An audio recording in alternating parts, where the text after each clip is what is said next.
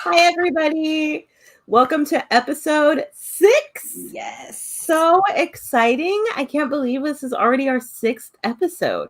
I know. Isn't that crazy? Pretty crazy. And the fun thing and some fun news that we have is that we are now officially streaming on Twitter and YouTube. We created our own Twitter account and our own YouTube account. So please go and follow us on both platforms because we'll be streaming on officially YouTube, Facebook, Twitch, and Twitter. So yes. You'll be able to catch up. And don't forget to subscribe to the podcast. It'll be live tomorrow morning. Yes, Apple and what else?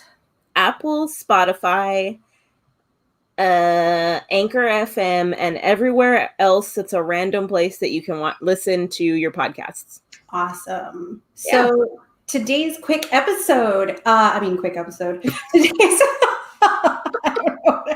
I was going to say Stephanie's going to give a quick overview of today's episode, and so we have an awesome guest today. She was a librarian, and then she worked for one of the library vendor companies called Mackin, and her name is Erin Segreto. She's amazing, and now she is a full-time blogger. And if you have not followed her blog, which is Cathedrals and Cafes, it is so cool. Whether you are into shopping or food or wine or Texas in general, it's just really cool. And she does some really cool partnerships. And I can't wait to hear how she took her blog full time and runs it like a business. So if you're ready, I'm ready for the intro. All right, let's go.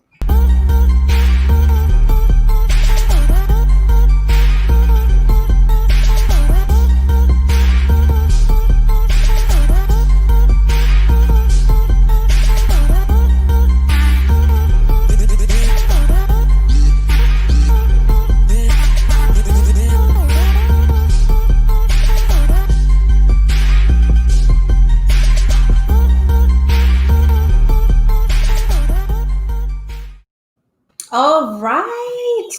Hey, Erin. Hi. What's up? Hey, we already have some viewers. Awesome. Hey, oh my gosh, this is great. Look at this. Yes, I'm excited. Me too. We are so excited you're here. I'm excited to be here. This is so cool. I have been on a podcast before, but that was like pre-recorded, and that this is live. This is like crazy. Like, this is really cool. It's a little bit scary. Yeah, I mean, just a little. I was like, ooh, like this is like there's no like doing this over. Nope. And then I will download the audio when we're done, and it'll go on the podcast tomorrow. Yeah. Oh, cool. That's or anything. Yeah. So technically you are on a podcast, but yeah, alive. Awesome. Yeah, this is great. I am thrilled to be here. Thank you guys so much for inviting me, and I can't wait to see like all the comments and questions, and I'm just excited. This is great. Awesome. Yes. We're excited. So we start every show with what are we reading, because it's What Are You Reading Wednesday. So oh my gosh, what are you reading? I am reading a book called All the Ugly and Beautiful Things. Ooh. And the author has completely left my brain at this moment. That's terrible. I should know her. It's a debut novel, and it's so far, I'm very early into it. I just started it 2 days ago. So I'm only like, 75 or so pages in, but it's told by multiple points of view. And there's like a little girl who is growing up in this crazy, her parents, her dad is like a meth dealer, and she starts off like at the age of 5, and I think she's going to end up growing up as the story progresses. And it ends up being kind of a little bit of a love story, I think. And the author, I was reading about the author, she is, in her bio, it says she's the daughter of a mostly reformed drug addict. So it's a very gritty, real, raw story is what I would describe it as. But from page 1, like, it's super enthralling. It's all the ugly and beautiful things. I'm really enjoying it right now. Very cool. That sounds really good. I'm gonna check that out. Yeah. Well, I just started reading First of all, we're reading a lot of textbooks right now. We are midway through our first semester of our doctoral program, and we're just trucking along. But I did just start this really interesting book called Bewitch. Oh. And it is by Paige McKenzie and Nancy Olin. And it's really interesting. I'm really into like witch books right now. And we actually do, I'm pointing the wrong way. Wherever Cutting Eyes. Yes. We do like a Christmas book club where we read the same book. And then we decided to do this with Halloween and read some scary, scare the shit out of you themed books. And one of the books we chose was this one. And it's not scary at all. It's about two covens they're witches in high school, and there's something called it's kind of like Antifa, but it's Antima, so they're anti-magic. Oh, in this world, the president has passed a law called where it's like it makes witchcraft illegal, and anyone caught practicing witchcraft can be killed on the spot, kind of like back in Salem. Or they can go to jail, like terrible things can happen, but they're teenagers. So they're like, nothing bad's gonna happen. And then they find out that Antima has infiltrated their school. Ooh. So they're two normally like warring covens, but now they have to come together to figure out like how they're gonna save each other, kind of. But all the witches are really different. Like one of them is transgender. One of them, who I have claimed I am, she's called a techromancer. So she mixes tech with magic, and it's really cool. Witch. Yeah. A cyber witch. That is so cool. Yeah. So that's really cool. And then I just started listening to, I have a thing for Anne Rice. My mom read Anne Rice to me in the womb. So I just started the audiobook. That explains a lot, Stephanie. It does. It explains my obsession with vampires completely. Oh, Interview with a Vampire is like the like gateway drug to vampires. It's like, I mean, once you read that, you're like, I'm hooked. Yeah. And I love Lestat. Like, he is there forever. And so I just started the audiobook for Prince Lestat and the Realms of Atlantis. Oh, I have not read that one. I do love me some Anne Rice, though. And this is totally spooky season right now. So definitely a good time to read stuff like that. Yeah, definitely. And in the spooky spirit. Yes. The scariest thing I'm reading right now is my textbooks, but I'm also reading. I'm really into comics, especially like Archie comics. So I'm reading Sabrina the Teenage Witch, Something Wicked, which is technically, I guess, like the volume 2 of the first by Veronica Fish. So it's pretty neat. She's just trying to navigate, teenage witchery, and at the moment, she's trying to figure out, I guess, like a cure to a spell that was cast on one of her schoolmates that turns her into a Wendigo or something like that. Yeah. Yeah. So, There was the Curse of the Wendigo book. Ugh, it's like really my head. Yeah. That's like a. What do we call that? Like supernatural kind of a Wendigo is. Yeah, by Rick Yancey. Yes. That's what I'm thinking of. I was like, I can't remember it's 8:00. What can I say? I love it. All like normal thought is just gone. Yes, I remember that, and that was such a good story. Yeah, it was awesome. I love it. I love spooky stories. I love scary books. I love scary tales. I mean, last night, I'm a huge Stephen King fan, and I read a lot of his stuff. And last night, I always like to read before we see like the movie, but my husband and I watched Dr. Sleep last night. And, like the follow-up to The Shining. The Shining is one of my favorite scary books of all time, and the follow-up does not disappoint. It's really good. And the movie, they did a very good job with the movie, I have to say. I thought it was really good. I didn't. So my husband and I want to go to Colorado during Christmas because I have an obsession with Hallmark Christmas movies, and he just wants to get me somewhere with real snow. Yep. And so I want to go, and I want to go to where the hotel was because, again, my mother raised me on scary stories and Anne Rice. So I grew up with The Shining. Yeah. And So I really want to go. And she just read Dr. Sleep and she said the same thing, that it was really good. So now I want to watch it. Yeah, there's not a lot of sequels that I think are, that really kind of stand up to the first, the original story. And this one, I thought, I shouldn't have been disappointed. It's Stephen King. Obviously, I should have been like, oh, this is going to be great. But like, it was really good. And I thought he just kind of tied it all up in a nice little bow. You kind of get more of an understanding about The Shining. And it was really, really good. I recommend it. Cool. I'm going to check it out. Thank you. Yeah, I'm typing that. So I can keeping my own notes for our own show. Yeah. All right, Erin. So we know you're a badass, but tell our viewers about yourself and all of your badassery. Yes. Oh my gosh. Well, that's a huge compliment. Thank you, first of all. So I'm Erin Segreto. I started a blog or a website called cathedralsandcafes.com. And it started as it's basically a lifestyle destination. It's for women. It's to kind of help women just live their best lives through things like travel advice and style and beauty tips. And my slogan has always been that it's stylishly unscripted, because I feel like incredible style comes in all shapes and sizes and forms, and we should be able to make our own rules where that's concerned as women. So, stylishly unscripted was kind of born. So I started Cathedrals and Cafes. I started it as like a side hustle, if you will. Do you guys want to you want to hear how I actually began doing it? Yes. Everything. We want to know everything about you. Tell us about your venture, how you got started, what you love, your successes, your fails.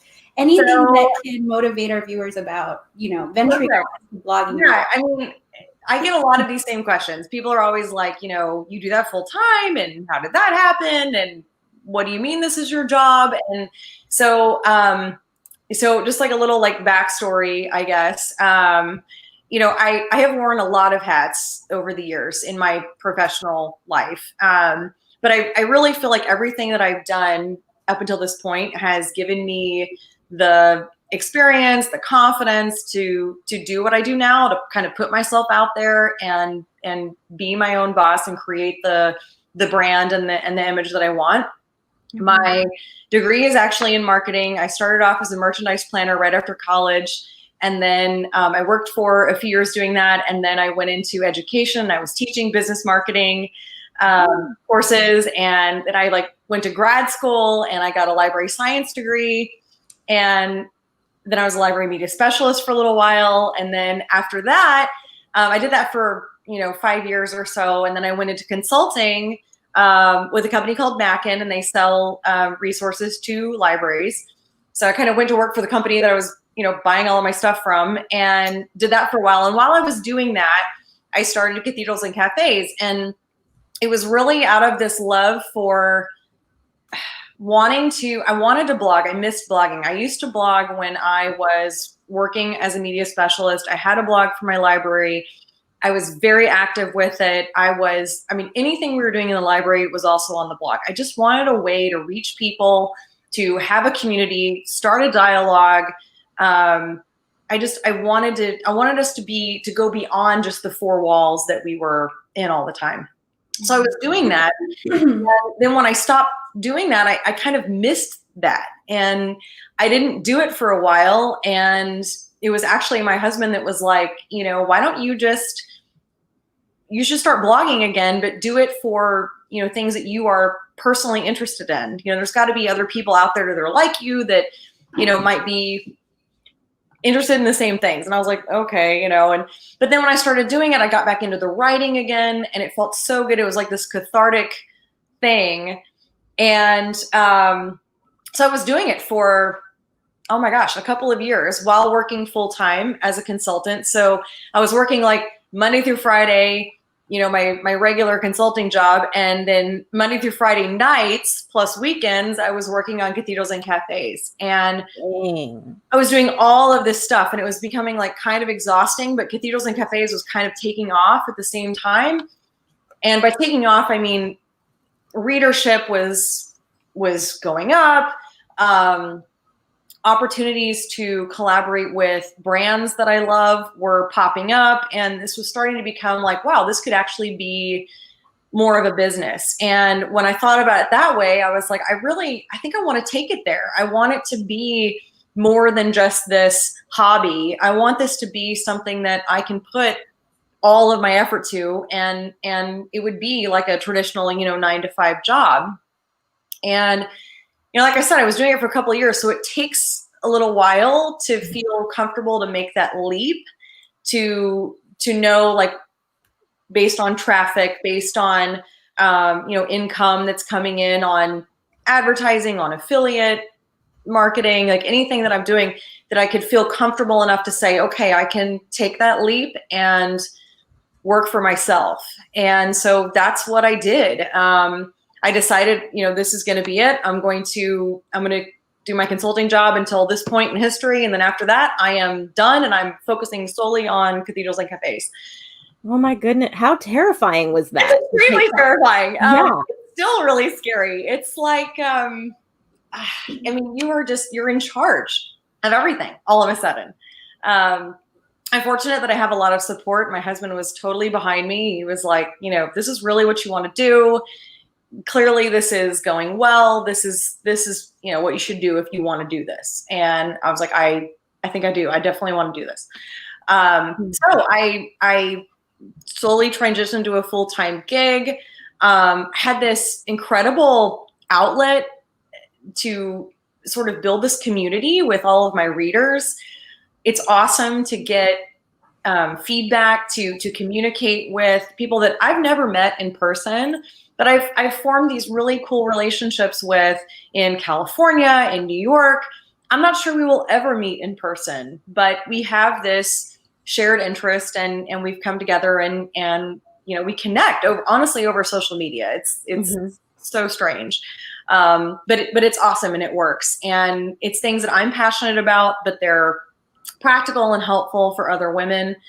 I find that in my particular age bracket, there's a lot of other women like me, that are like, look, I want to take this trip, and I don't know where to go or what to do, or if it's personal style assistance, or if it's beauty advice or something. And I always say, look, I'm not an expert. This is just what I do as an everyday regular person that works for me. And it's a great feeling to be able to connect with other women that are like, oh my gosh, I found your blog, and like, I love reading it because, it makes me feel like I can connect with you, somebody who's like me. We have the same style.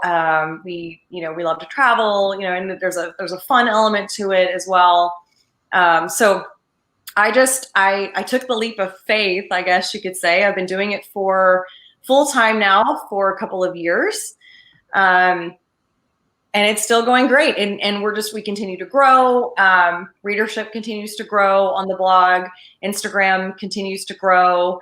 So I feel like as long as I'm growing, as long as I'm continuing to provide value, then it's a worthwhile adventure. And there's a lot of intrinsic, payout for that too. It feels really good. And you put out some really cool content. Say that again? You put out some really cool content too. Thank you. There's a ton of bloggers out there. There's a lot of people who have a lot of stuff to say. I think that if anyone is out there who's, watching this show tonight, and they're like, I've always wanted to have a blog, my biggest advice would be like, just do it. Because I think I waited not too long, but I waited a long time to just do it. Because I kept thinking, yeah, I want to get back into blogging, but I really don't know if what I have to say is worthwhile. I don't know if someone would read it. And you sit there and you have all these moments of self-doubt when you should just be saying, you know what, screw it. I'm just doing it. Just do it. I mean, just start writing. Just start saying what you want to say. I remember I was at a conference one time, and I cannot remember the author that said this, but they said, you can't edit a blank page. Ooh. So you've got to be able to just put it out there and just say it and be yourself, be authentic, be who you are. because there's enough of people who are out there trying to be like the next guy, and you got to just be who you are. And I think I struggled with that for a little while. I was like, well, I don't know. I mean, I'm not cool. Like, I'm not like, and you start thinking like, I'm just a regular person. Like, who cares? No one's going to care what I have to say. But I think that's what resonates, is that, your readers are like, oh my gosh, this is somebody like me. This is not a celebrity, someone who's, got everything at their disposal. This is just somebody who's a regular Joe like me, living life, trying to make the best of it. And they end up connecting with you. So it's really, really fun. I mean, I'd say the best thing about it, it's really hard to kind of pick the best thing, because people always ask me like, oh, that's really cool. You work from home and you get to like make your own schedule. And I'm like, yeah, it is. That's great. Don't get me wrong. But the real satisfaction comes in putting in, you see all of your efforts, all of your time, everything that you do. It's like this direct result, because you are the one doing it. I'm a solopreneur, basically. So I love that. I'm wearing all the hats, right? I am the web developer. I'm the editor. I'm the researcher. I'm the analyst. I'm the social media marketer. I am doing all of these things that a large corporation would have entire departments in charge of. And while on one hand, that's extremely challenging, because you are juggling all this stuff, on the other hand, it's very rewarding, because you're like, wow, I did that. I killed it this month, and I've got, my readership is up. I've had more engagement with my followers. You feel like what you're actually doing is doing something, as opposed to just being like, a cog in a machine. In my corporate life, I kind of always felt, I loved my corporate life, don't get me wrong, but you're just like one person in this overall mechanism. And sometimes you're like, is what I'm really doing that much? I mean, I hope so. I feel like it is, but when you're in charge of everything, it's like all on you. Yeah. And your success or your failure is all on you. Absolutely. And that's hard. And that's a barrier to entry for a lot of people. I mean, a lot of people say, gosh, I don't know if I have the time for that. And it is a lot of time, but I think it takes a lot of, you have to kind of manage yourself, and it takes some discipline. And I stick to a planning calendar. I plan my content out at least a couple of months in advance, so I know what I'm going to post when. Dang. And then that helps me schedule my writing time, my editing time, my photography time. And that's beyond all the day-to-day, just answering emails and responding to brands and making sure that I am meeting deadlines that we've agreed upon, all of those things. So it's worth it for sure. I am not regretting my choice to do this at all. It's just like, it's so much. And sometimes I'm like, oh my God, like I am doing a lot. You're doing it. It's great. Like you're doing it though. Like you're in it. If you're the type of person that's like, I'm going to freaking do this. Like, then this is for you. This is something you can do. That's how our show kind of, go ahead. We have blogs. I mean, they're not as amazing and cool as yours, but I think we've both struggled with the imposter syndrome, and we say it all the time. Like, we call each other out all the time. Like, you're having imposter syndrome right now. Remember, you're a badass. And I actually have bracelets that I bought us that, of course, I can't find right now. Oh, there's one. That say badass to remind us that we're badasses. But it's what you said. You just have to start. Like when I started my vlog, I was like, no one's gonna watch this. This is, who cares what I have to say about books? And then like at library conferences, I have people who are like, I use you to buy my books for libraries. And I'm like, me? It's like, me? Okay, that's cool. But like, it's true. Like when you're growing your own brand and you're getting that, like, I mean, I don't get any money from my blog, and it's not my real job, but it's really to grow that community and to see people, like relating to you and understanding what you're doing. It's really cool. Yeah, and to talk about imposter syndrome, I love that phrase because it's perfectly describes what it is. You either feel like you can't be yourself, or you doubt yourself when you are being yourself. So it's the comparison game to sit there and because you can look and like, oh my gosh, like I look at this other blog and I'm like, oh man, like my stuff doesn't look like that. Well, that's because it's not me. Like my stuff looks like me because it's me. And you have to remind yourself all the time that authenticity rings true on social media. It rings true online. People can know when they know when you're being real and when you're not. So as much as this is really kind of interesting with how I started out. When I first started writing my blog post, I was so, and this is my personality, I'm very type A. I was like the, So are we. A+ English student, in high school. I was like, okay, this has to be like so perfect. Like it has to be, exactly how you would read like an essay or something.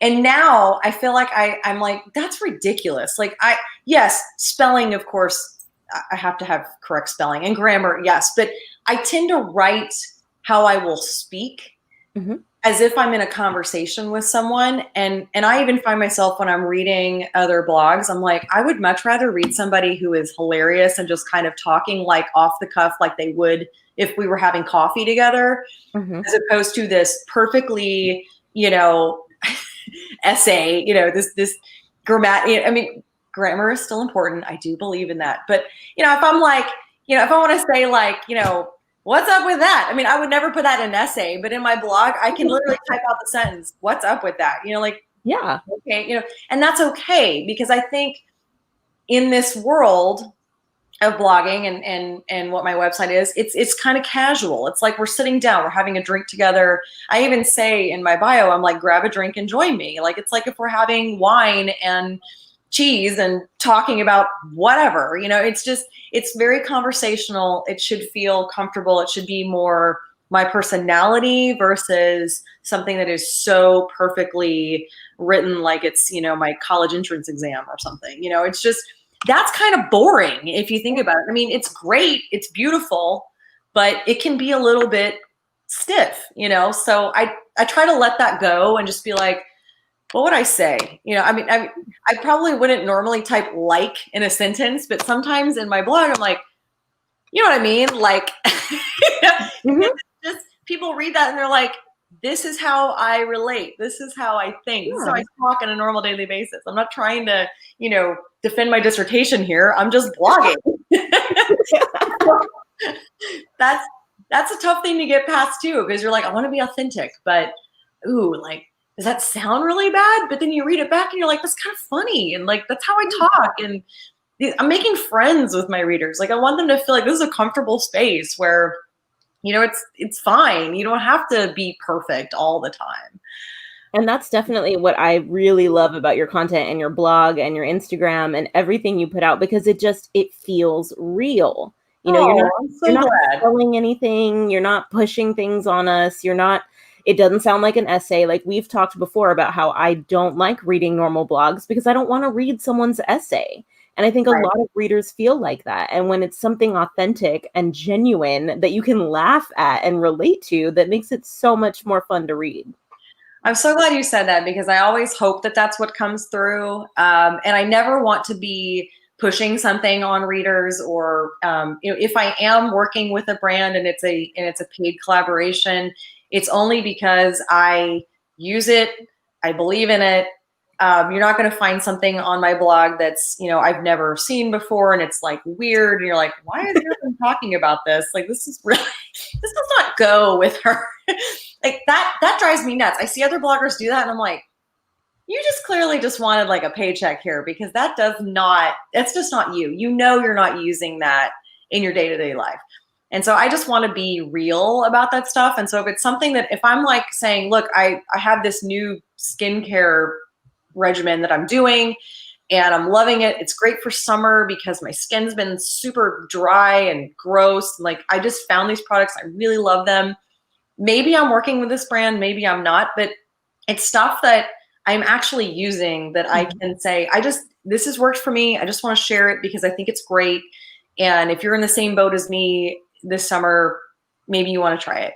So I try to come across as like, honest, because that's who I am. I could never, I said this in my consulting job too. I was like, I could never sell something to somebody that they don't really need or care about. I'm just not in it just to sell stuff. I have to like believe in it. I have to be using it. I have to trust it in order for me to say, hey, you should try this too. It's really cool. So I'm so glad to hear you say that, because I hope it comes across that way. And you've done some really cool partnerships, like the one with Whataburger.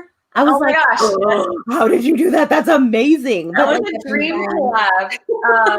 Honestly, they reached out to me, and we did several campaigns together, and they were really great, because what I love about when you work with brands is if they give you a lot of creative leeway, but they can give you some talking points, like, we'd really like it if you would mention this. But basically everything else you're free to do. The photography, the creative direction, the caption you want to include, whatever you want to do is up to you. I love that. They really gave me a lot of freedom. I love Whataburger, obviously, as a native Texan. I've eaten it my whole life. Loved it. So when they reached out, I was like, of course.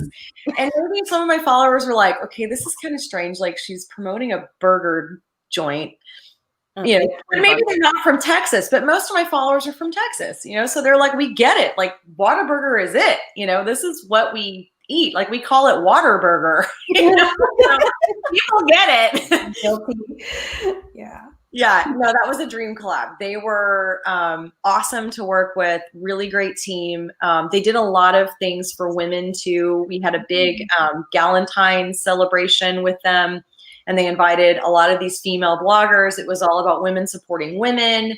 I met a lot of bloggers that I am now friends with at the event. So there's been some great networking opportunities too, especially for women. It's so hard to make friends as an adult woman. Yes. Don't you find that? Like, you have your friends that you've always had, but then it's hard to just go out and like meet people. And through these events put on by brands, it's been great to be able to connect with other women that are creatives, that are in the creative space, whether they're photographers or they're fellow bloggers, and just to kind of talk about what we do. And we find we have a shared, thing, and then we're following each other, and then we're chatting over social media, and then we're seeing each other at the next event. So it's been really great too. Everyone always says how social media is so, disconnecting, because you're just, virtual friends with somebody. But the funny thing about it is I have actually made more in real life friends because of social media than I have otherwise.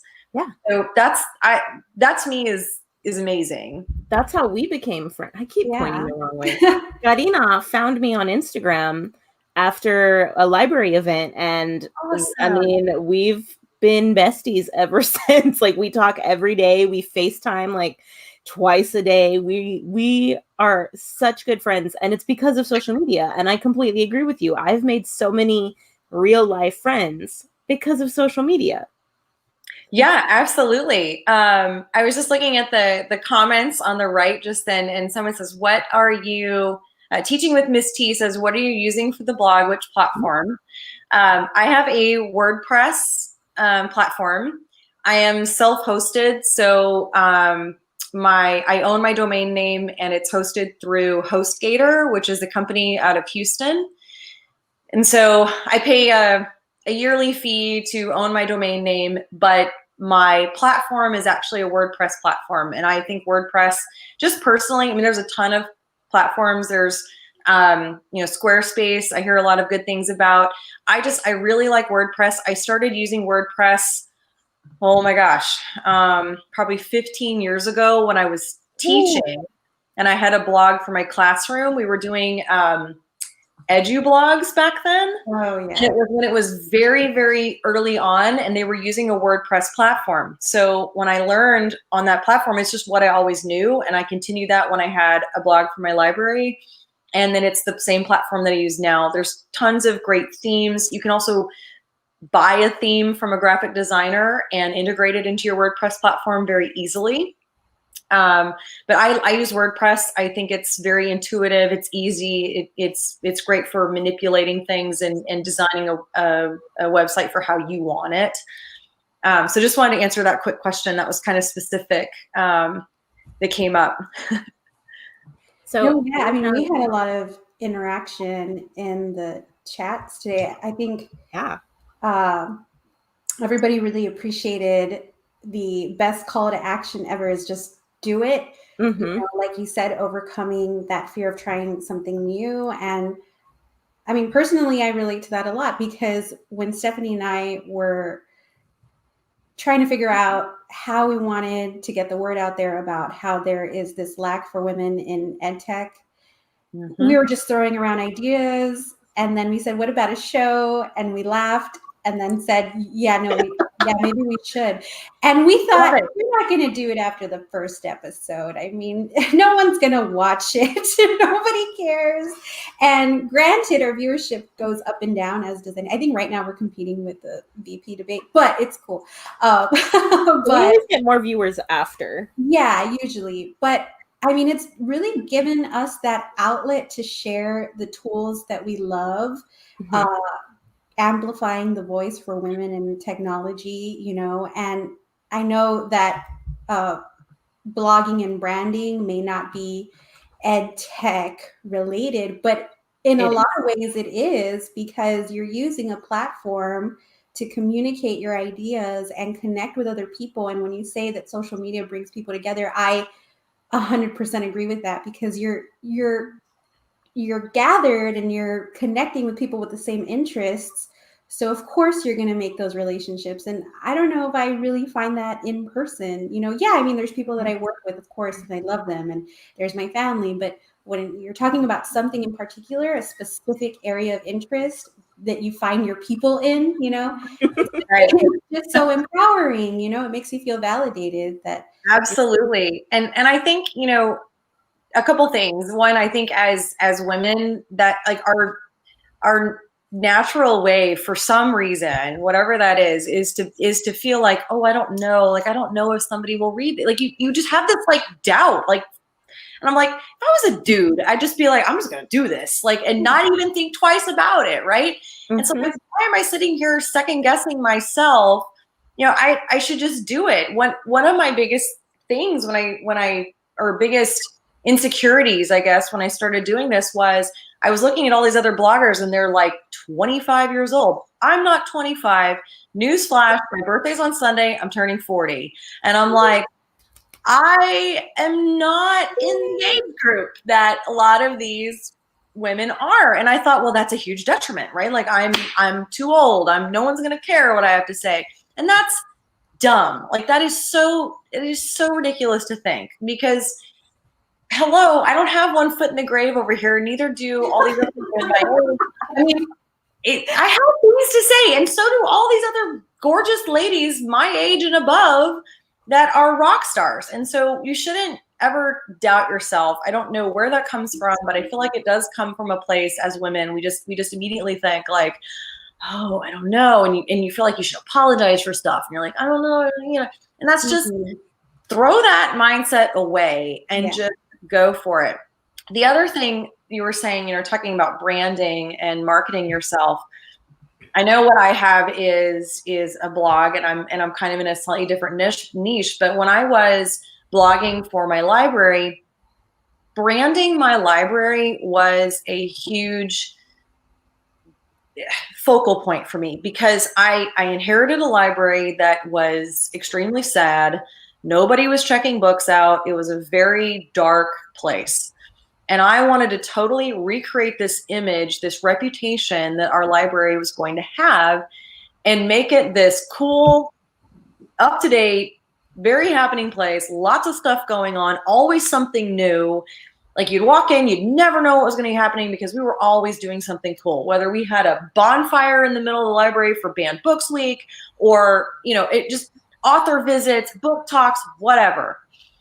And I had to totally rebrand that library, because it had no identity before. It was basically just this repository for checking out books. There was no identity. And that's what branding is about, is what is your reputation? What do you want people to think and feel when they come to you, when they visit your library, when they go to your blog? I mean, how do you, it's like essentially, think about like if people are Googling you, which is kind of a scary thought, like what do you want them to know? You have to create that. And that's what's very cool about personal branding, is you can have the control over that and show people, this is what I'm about. This is the authentic me. This is my life. This is my lifestyle. This is what I'm into. You either love it or hate it. If you love it, you stick around. If you hate it, that's fine too. Live and let live. But that's personal branding in general. It applies to so many different things, not just, a personal thing like blogging, but for your library, for your small business, for yourself. I mean, your image, your reputation is your personal brand. So I always say, if you're going to start something like this, there's like 3 things. Be clear about it, be consistent about it, and remember your community. It's like the 3 C's. Ooh. So when you're clear about it, your audience should know, like almost immediately, when they come to your website, they come to your blog, they go to your business, they go to your library, within a few seconds, they know what you're about. They know this is what's going on in here. Mine, clearly, you go to my website, you're getting travel, you're getting fashion, you're getting beauty. I put my dogs on there. I mean, you're getting those types of things. It's a lifestyle destination. So you see those things almost immediately. There's really no question about that. So be very clear, be consistent, provide consistent content to your followers. They come to you because they're excited. They want to see what you're doing. So have stuff for them to see and be consistent about it. I do weekly series. I have recurring series on my blog. I do a fashion, food, and film now that's like a new series. And it's something that my readers like, God, we look forward to those posts. I do a thing every Monday on Instagram.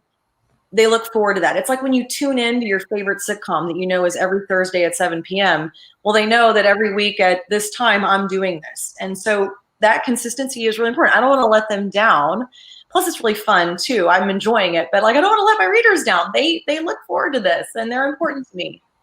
And then your community. Again, remember your community and kind of stick to your niche. I mean, it would make no sense for me to start talking about motor oils.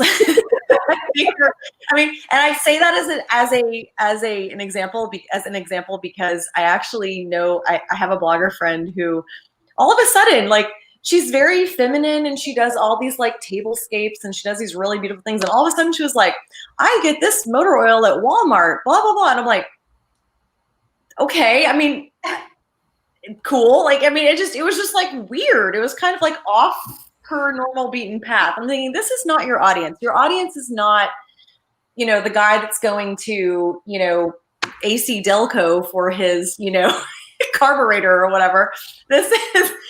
Your audience is women that like, to entertain. So it just kind of didn't fit. So remember who your community is, speak to them, be authentic to yourself, but your people have found you. They come to you because they connect with you. And that's the community aspect of it. So, stick to that niche.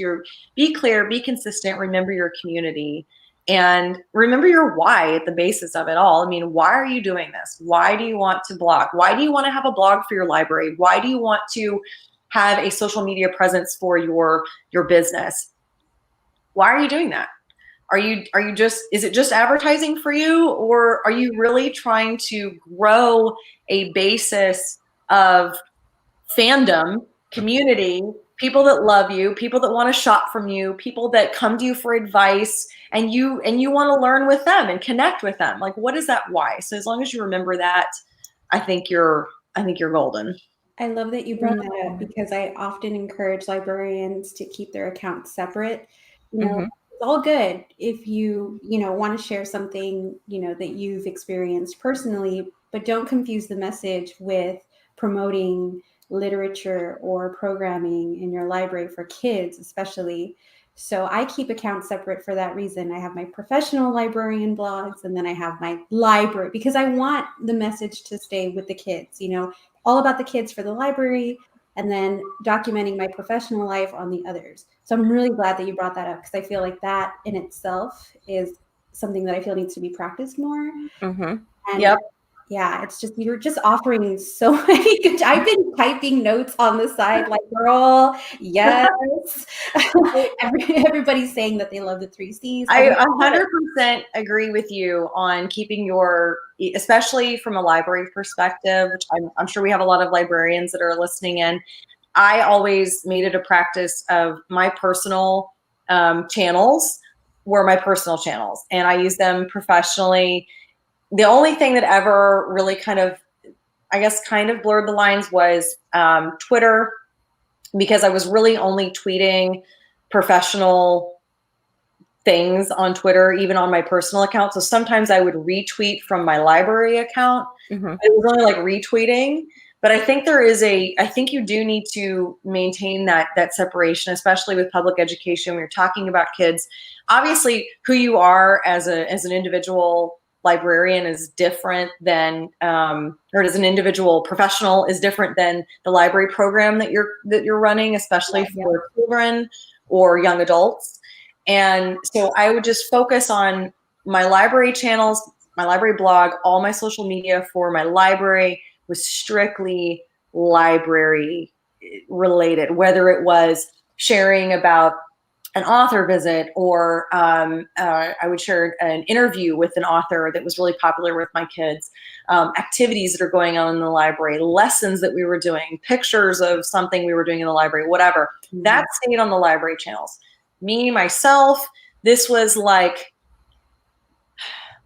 Texas Library Association stuff, things that are more legislative related, stuff that was really affecting our profession that obviously kids don't care about or look at, they shouldn't have to. What do they want to see? They want to see all the cool, fun stuff that's happening in the library. They don't care about, the legislative part of it yet. So leave that on my professional side and just keep the library image and the library branding as fun, inviting, super cool, welcoming, non-judgmental. We've got everything for everybody. Just this really cool space, and keep those separate. I totally agree with that. I never merged the two. I always kept my own, my name, my Twitter, my whatever, my own Instagram, personal was private. And then my library Instagram, library Twitter, my library blog, that was a whole separate animal. And it should be. It really should be. I mean, especially when you're in public education. Maybe it can be different if you're a public librarian, but when you're talking about kids in the K through 12, environment, it has to be a little bit separate. I think. Maybe that's just me, but that's definitely. You're right. Because then you don't want to blur the lines with student privacy, or right. Especially now that everything's gone online, you want to kind of respect that, considering that everyone's kind of in a vulnerable state right now. So. Exactly. There's a lot of vulnerability out there, and kids are still figuring their own way out. And it's not for me to, as a librarian, it's not for me to really encourage them one way or the other. It's just for me to allow them the space to navigate that, without influence. They need to, good influence, obviously, but I'm not going to be like, oh, you should feel this way or that way about an issue. I'm going to be, here's both sides, and here you go. Do some research on it, and then you tell me how you feel. That's it's not up for me to steer that boat for them. But it is I think up to me as a librarian to be like, I'm going to provide you with as many tools and as much information as I can to help you make a good decision, whatever that is. So I think that's like the essence of what a librarian does. And it should be. It absolutely should be. Libraries are like the last frontier, the final frontier of this freedom of thought. You can think for yourself. It's okay. True. I love that. The final frontier. They are the final frontier. I mean, seriously. I mean, where else can you go that's a publicly accessible place that's free, that has everything at your fingertips, and no one is sitting there over your shoulder like, what are you doing? What are you reading? You have this sort of autonomy in a library. You can be yourself, and nobody has to know anything. I mean, I used to tell my kids all the time, I would say, when you read ebooks, what's really cool is like nobody knows what you're reading. You just like have it here, and no one has to know that you're reading something that maybe they would think is a baby book. Who cares? They don't know. They don't know what you have going on, and you don't have to tell them. Like this is your life. Yes. So I love that. Yeah. So you've talked a lot about branding. We've got about 10 minutes left, but I want to know, what is your favorite creation or branding tool that you use? Oh my gosh. What I use most definitely is, and everybody probably knows this already, is Canva. Oh yes. Love it. My gosh. First of all, they offer so many tools. If you don't have the budget to pay for the subscription version of Canva, you don't have to. When you're a brand new business, or you're a brand new blogger, or you're just starting out for your library, you don't have the budget, obviously, you don't have to. Canva offers so many great things on their free account. Mm-hmm. I mean, it's almost like, I can't believe it. It's dumb. Like, they should be charging for this. Like, this is like, I'm just like, I can't believe all this stuff is free. I use it most of the time. I like to stick with a consistent, I have certain fonts that I use. I have certain color schemes that I use. I get really specific on the marketing, which is a really good Pinterest strategy if you're going to put your things out on Pinterest too, which I think is great. Pinterest is like one of the best search engines out there. And it is a search engine. You can type for anything. You can search by hashtag. It's a great place to find stuff. But if you're creating marketing pieces for Pinterest, use Canva, because when you stick with the same colors, the same layout, the same font, you're just changing out your graphics a little bit. All of a sudden, it looks really professional. It looks like you have this library of content, this library of resources, and it's easier for people to navigate too. I love Canva. It's one of my favorites. I will say there is one other tool. It's online. It's web-based. It's called Issuu, and it's ISSUU, I believe. Oh, yes. And they have a free version that is it's pretty limited, but I think their base model is like $20 a year, and it produces an online magazine. That is amazing. Which is great if you are doing publications where you want to include highlights, or you're doing like for me would be like a seasonal lookbook for the holidays. Even for libraries out there, you could do a whole year-long anthology of everything that happened in the library. There's other free tools too, but Issuu looks really good. It's just so crisp. You can embed it into your website. It flips pages online like a magazine. It's beautiful. A lot of bloggers I know use that. Canva is definitely, it'd be the first tool that I would tell anybody. Like, if you're doing graphics, you don't have Photoshop, you don't need it, you can use Canva for everything. I do a lot of my blog graphics through there, Instagram ads, blog headers. They have so many templates, even like presentations. I think for your professional life, if you were doing a presentation, the PowerPoint presentation is dead. It is absolutely god awful. I hate PowerPoint. That's terrible. But Microsoft's probably like, oh man, like we need to, they would hate to hear that, but it sucks. It just hasn't gotten that much better. If there's Microsoft people out there, I'm sorry. I find it very blah. But you look at like these other tools. Canva has great presentation templates that you beautiful. And they're gorgeous, and they're not, just bulleted lists of stuff. It's so much more visual and engaging than some of these traditional slideshow presentations. So Canva, for sure. I see your comments. Canva is life. It definitely is. And yes, that's the link. Issue is, it's worth a look. I mean, if you have a little bit of a budget and you want to put out something recurring like a digital publication, a magazine, and you want to embed it in your website, Issue looks really crisp and cool. Lots of very cool editing, fonts. I mean, it's very professional looking. So that would be one I would say if you're going to pay a little bit. They do have the basic version, but I think you really need to pay for that one to get like the most out of it. Karina just joined it. Canva's life, absolutely. Karina just joined Issue with our check it over email. I just got the email on my phone. So we're sold. I want to try it out.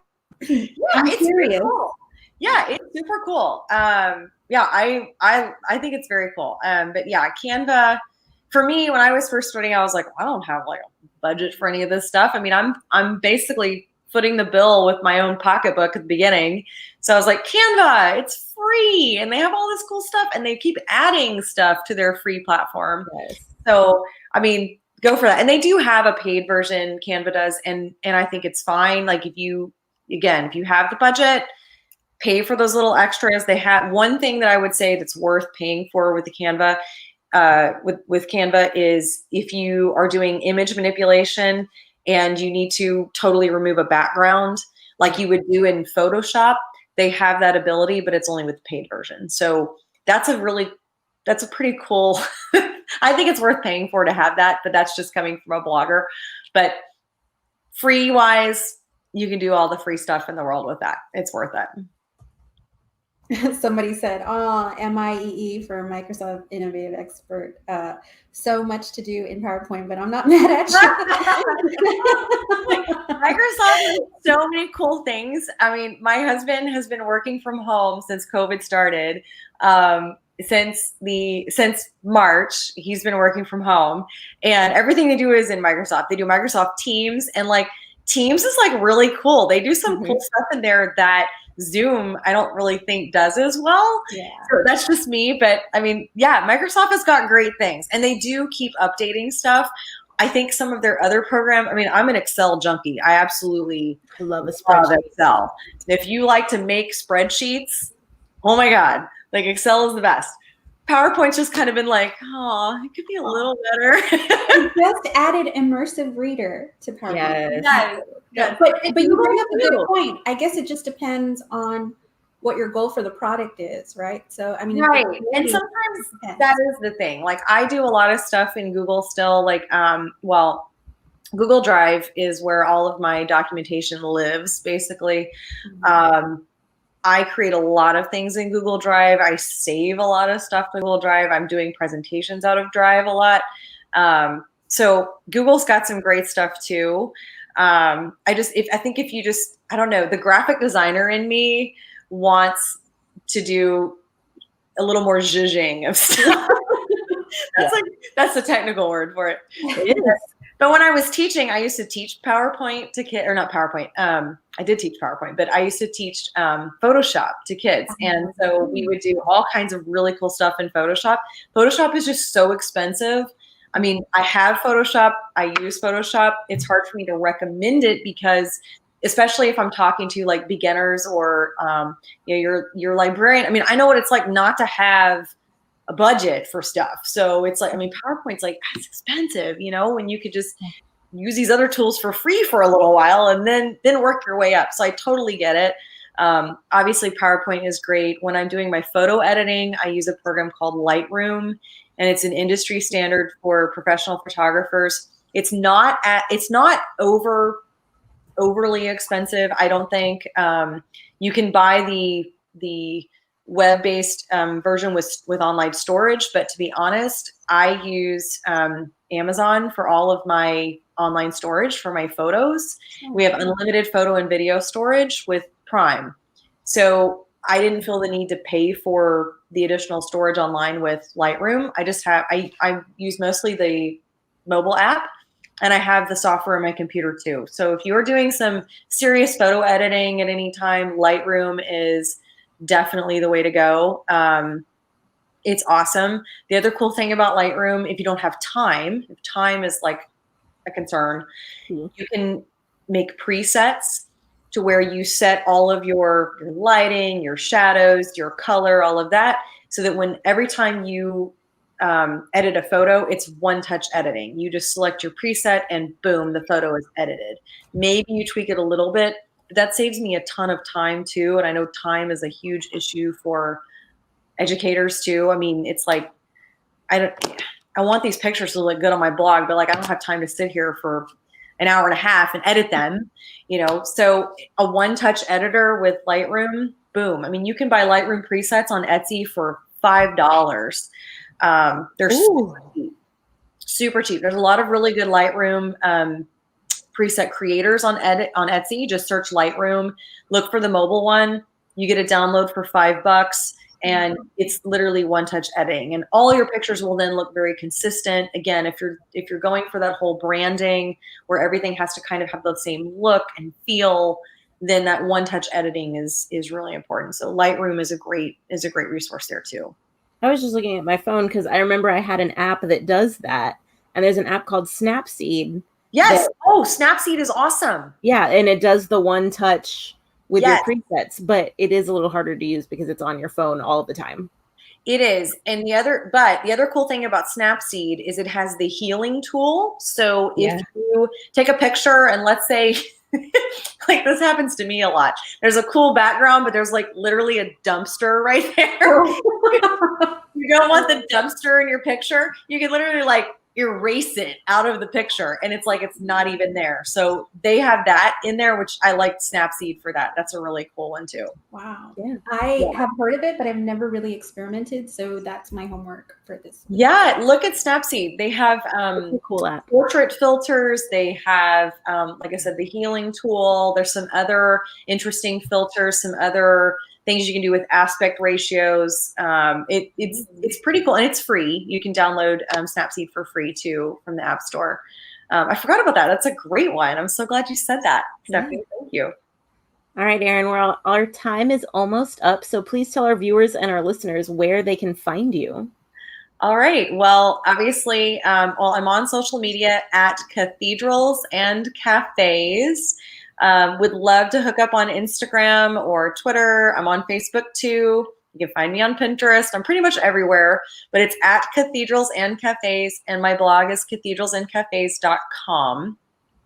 So you can go there as well. I have a little option to opt in for a newsletter. It's not spammy at all. It's just a little bit extra information than what you get on the blog and on social. So it's kind of like an insider's little club. So that's on there too when you go to the website. But yeah, I would love to connect with you guys. Anybody who wants to be friends, I am up for being friends. That's awesome. Well, thank you so much, Erin, for taking time out of your super busy but yet super awesome schedule. Oh my God. In the evening with us. And next time we do this, definitely a glass of wine. And we should. It's Wine Wednesday too. I even thought I was like, I should come with like a glass of wine. I thought, I don't know if that's allowed, so I don't know if I'll do that. We have cocktails. It's allowed. Oh, I love it. Yes, we should totally do that next time. I would be definitely up for that. Yeah. All right, everybody. Well, thank you so much, Erin, again, for stopping by our little show. And for everybody watching, thank you so much. The comments were just blowing up with just praise about everything you're doing, Erin. And, you're just so inspiring, especially with, your whole technique and everything that you're doing to get your message out there and how you inspire and influence women to take on, I don't know, I guess their own business and their own way of living and not being afraid of the limits and knowing that there are no limits, it's except maybe, being afraid, and we can definitely overcome that. But as far as, Tech It Over, we have some treats in store, Erin. We're definitely going to send you some Tech It Over stickers. And we like to end the show with a Tech It Over sticker giveaway. So for those of you that are watching, I'm going to go ahead and put it in the chat. Oh, I already did. Awesome, Stephanie. So go ahead and fill out that form, everybody that's watching, and you'll be given a chance to win some holographic stickers and some. So cool. Yeah, they're super cute. I love it. I love that. So, and then, we go live every other Wednesday. So, guys, our next episode is actually not going to be live. It's going to be pre-recorded because this is going to be our super spooky Halloween special. I'm so excited. You guys, this is going to be super awesome. Out. Yeah, we're going all out. And the reason that it's going to be pre-recorded is because, well, you're going to find out. We are going to be discussing the dark side of the internet. Bum, bum, bum. I'm flashing my light, but you can't tell. It's going to be so good. We've got editing planned. We've got legit scary stuff. Like every time we talk about it, I get chills because I'm so excited. But it's going to be amazing. And it's our 7th episode. It's our 7th episode. Yeah. So we really want to kick off our first annual Halloween special with you all. It's going to be so good. It's October 21st, so it's not even really Halloween weekend. So we know you don't have any Halloween plans. So you better tune in to be, to watch our show. And by all means, when you watch it, feel free to leave comments, and we'll respond to you, as we will probably be, monitoring the chat also. But definitely tune in to discuss the dark side of the internet, because it's not always rainbows and strawberry fields and unicorns. And unicorns, yes, unfortunately. So that's something that we definitely want to discuss. And we have a very, very, very spooky and special guest, and you'll just find out. Legit scary. Like someone I've always wanted to talk to. It's going to be great. Oh my God. That's awesome. Yeah. So, Erin, hopefully you can tune in and catch our next episode. And we are just, again, so extremely thankful for having you on today's episode. You have shared a wealth of knowledge. I feel inspired by you, especially someone that really likes to, I guess, create a lot for content, and just, I love you. I'm just in love with you. I'm in love with you. I thank you so much for asking me to do this. I have been looking forward to it. I look forward to opportunities like this. It's so, I don't know. It's flattering that you asked me to do this, and I'm so appreciative to everything that you said. But it really makes me feel good that I don't know, if I can make somebody feel like, oh, well, if she can do it, I can do it. I'm like, of course. If I can do it, anybody can do it. Like it's so, just don't be afraid. There's nothing your biggest obstacle is yourself. It really is. And just I have to say this to myself all the time. Erin, get over yourself. Like, I love that. It's hard. Like, just do it. So thank you so much. I really had fun. This was a great episode. I hope that lots of people go back and watch this and everything. So this is really fun. Well, thank you so much. Yeah, thanks, Stephanie, if you want to do our... All right, y'all. It is time for us to sign off. So our new catchphrase is... Ready? 1, 2, 3. Stay positive and test negative. I love that. All right, let's roll the outro. Bye, y'all. Bye.